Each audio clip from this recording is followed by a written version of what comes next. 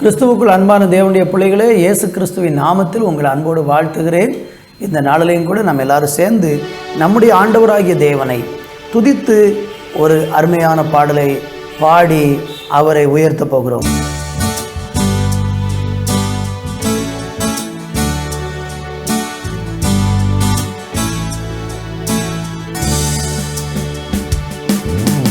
பாதுகாப்பான் நெருக்கடியில் பதில் தருவார் ஆபத்தினில், பாதுகாப்பான் நெருக்கடியில் பதில் தருவார் ஆபத்தினில், துணையாய் வருவார் உதவி செய்வார், துணையாய் வருவார் உதவி செய்வார், கைவிடா கைவிடா கைவிடா கைவிடா. பாதுகாப்பார் நெருக்கடியில் பதில் தருவார் ஆபத்தினில், பாதுகாப்பார் நெருக்கடியில் பதில் தருவார் ஆபத்தினில், இருதயம் விரும்புவதை நமக்கு தந்திடுவார், இதயம் விரும்புவதை நமக்கு தந்திடுவார், ஏக்கம் அனைத்தையுமே செய்து முடித்திடுவார், ஏக்கம் அனைத்தையுமே செய்து முடித்திடுவார், கைவிடா கைவிடா கைவிடா கைவிடா. பாதுகாப்பார் நெருக்கடியில் பதில் தருவார் ஆபத்தினில், பாதுகாப்பார் நெருக்கடியில் பதில் தருவார் ஆபத்தினில், மகிழ்ச்சியில் ஆர்ப்பரிப்போம் எழுப்புதலை காண்போம், மகிழ்ச்சியில் ஆர்ப்பரிப்போம் வரும் எழுப்புதலை காண்போம், நம் தேவன் நாமத்தினால் கொடியேற்றி கொண்டாடுவோம், தேவன் நாமத்தினால் கொடியேற்றி கொண்டாடுவோம், கைவிடா கைவிடா கைவிடா கைவிடா. பாதுகாப்பார் நெருக்கடியில் பதில் தருவார் ஆபத்தினில், பாதுகாப்பார் நெருக்கடியில் பதில் தருவார் ஆபத்தினில், துணையாய் வந்தார் உதவி செய்தார், துணையாய் வந்தார் உதவி செய்தார், கைவிடா கைவிடா கைவிடா கைவிடா. எங்களை கைவிடாத நேசரே, எங்களை கண்மணி போல காக்கின்ற தெய்வமே, எல்லா சூழ்நிலைகளும் எங்கள் கூட இருந்து எங்களை நேர்த்தியும் செம்மையும் அருமையும் ஆசீர்வாதவுமாக வழிநடத்துகிற உங்கள் நல்ல கிருபைக்காக நன்றி. தொடர்ந்து எங்களை நடத்தும் இயேசுவின் நாமத்தில் ஜெபிக்கிறோம் எங்கள் நல்ல பிதாவே, ஆமேன் ஆமேன். தேவனுடைய பிள்ளைகளே, இந்த நாளில் நம்ம தியானிக்கும்படியாக சங்கீதம் 94 அதனுடைய 14வது வசனத்தை வாசிக்கிறேன். கர்த்தர் தம்முடைய ஜனத்தை நெகிழ விடாமலும் தம்முடைய சுதந்திரத்தை கைவிடாமலும் இருப்பார். வாசித்து கேட்ட இந்த வேத வசனத்தில் கர்த்தருடைய வார்த்தை நமக்கு சொல்லுகிறது, தேவன் தம்முடைய ஜனத்தை கைவிடாமலும் அவர்களை நெகிழ விடாமலும் இருப்பார் என்று சொல்லப்படுகிறதை பார்க்கிறோம். இந்த உலகத்தில் இன்றைக்கு நம்ம பார்த்தால் நிறைய மனிதர்கள் கைவிடப்பட்டவர்களாக வாழ்ந்து கொண்டிருக்கிறதை பார்க்கிறோம். கணவனால் கைவிடப்பட்ட மனைவியை பார்க்கிறோம், மனைவியால் தள்ளப்பட்ட கணவரை பார்க்கிறோம், பிள்ளைகளால் புறக்கணிக்கப்பட்ட பெற்றோர்களை பார்க்கிறோம்.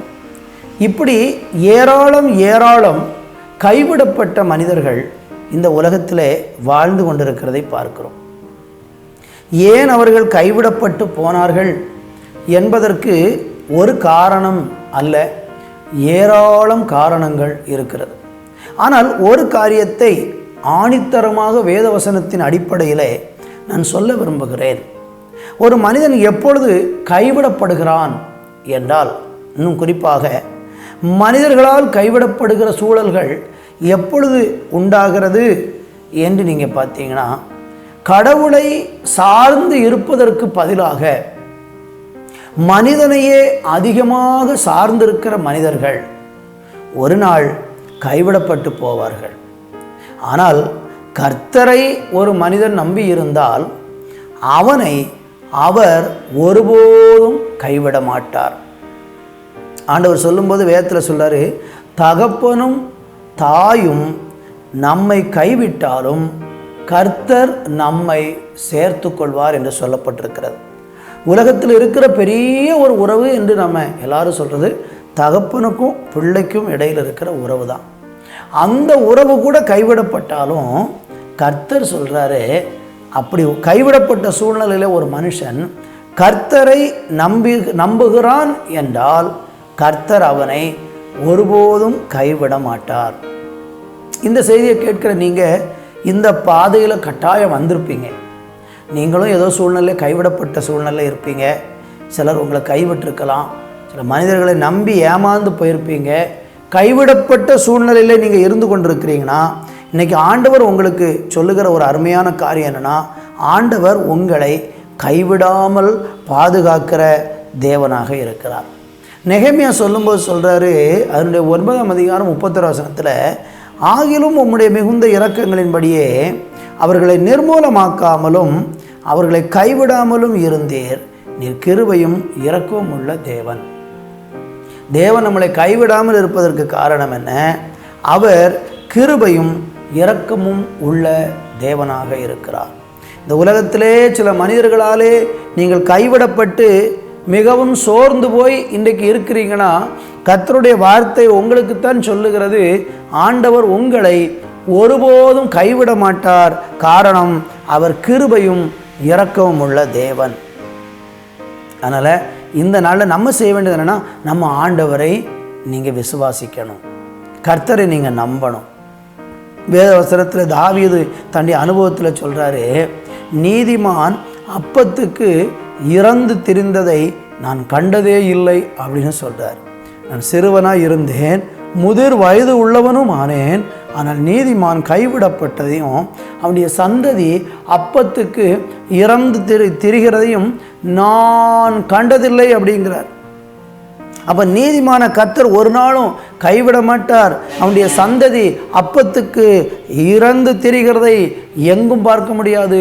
அந்த அளவுக்கு தேவன் தம்முடைய ஜனத்தை அவர் ஆமேன் ஸ்தோத்திரம் கைவிடாதபடிக்கு காப்பேன் என்று வாக்கு பண்ணி இருக்கிறார். கர்த்தருக்கு நன்றி செலுத்துகிறேன். பாருங்கள், சங்கீதம் 71:9 போட்டிருக்கு, முதிர் வயதிலும் என்னை தள்ளிவிடாமலும் என் பலன் ஒடுங்கும் போது என்னை கைவிடாமலும் இரும் என்று ஒரு பக்தன் ஜெபிக்கிறான். பலன் குறைஞ்சு போகும்பொழுது நம்ம கைவிடப்பட்டு போய்விடுகிறோம். அதிலும் முதிர் வயதாகும்போது தள்ளிவிடப்படுகிற சூழ்நிலைகள் இன்றைக்கு உலகத்தில் பார்க்கிறோம்.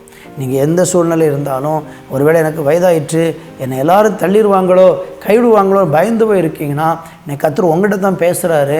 ஆண்டவர் உங்களுக்கு வாக்குத்தத்தமாக சொல்கிறாரு, நீங்கள் அவரை நம்பி இருந்தீங்கன்னா உங்களை நிறை வயது வரைக்கும் சுமந்து பாதுகாத்து கைவிடாமல் சேர்த்து கொள்ளுகிற நல்ல தெய்வம் நம்முடைய ஆண்டவராகிய கர்த்தர். ஜெபிக்கலாமா? அன்பு தகப்பனே, இந்த செய்தியை வார்த்தையை கேட்குறவங்க யாராகிலும் கைவிடப்பட்ட சூழ்நிலையில் இருக்கிறாங்க, அல்லது கைவிடப்பட்டு போவேனேங்கிற பயத்தில் இருக்கிறாங்க என்று சொன்னால், இன்றைக்கு என் ஆண்டவராகிய தேவன் அவர்களை கைபிடித்து சேர்த்து கொள்ளும். உம்மை நம்புகிற இருதயத்தை கொடும். இயேசுவின் நாமத்தில் பிதாவே, ஆமேன், ஆமேன்.